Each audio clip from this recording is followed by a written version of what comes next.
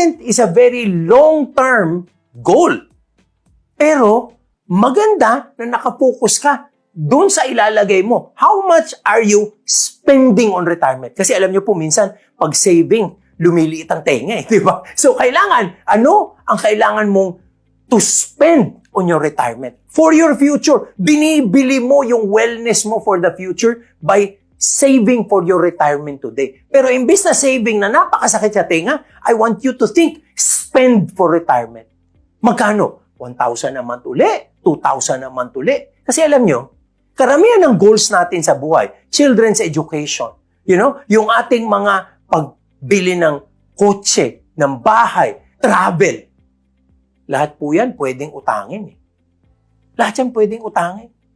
Lahat yan pwedeng, pag talagang kailangan mo, meron kang malalapitang financial institution para matulungan ka. Ang retirement po, walang ganun. Pag kayo retire na, wala na magpapautang sa inyo kasi wala na kayong regular source of income. So retirement is one of the most important goals you're going to have. And that's the reason why kailangan unahin po natin yan. Unahin natin yan. Hindi tayo masyadong conscious. Iniisip natin, ang mga kumpanya natin, aalagaan tayo. Naku, delikado po yan. Hindi kayo aalagaan ng mga kumpanyang yan. Kahit napakatindi at napakaganda ng inyong retirement program, wala pa po akong nakikita dito sa Pilipinas na talagang makakasagot sa inyong lifestyle at pangangailangan pagdating ng inyong pagre-retiro.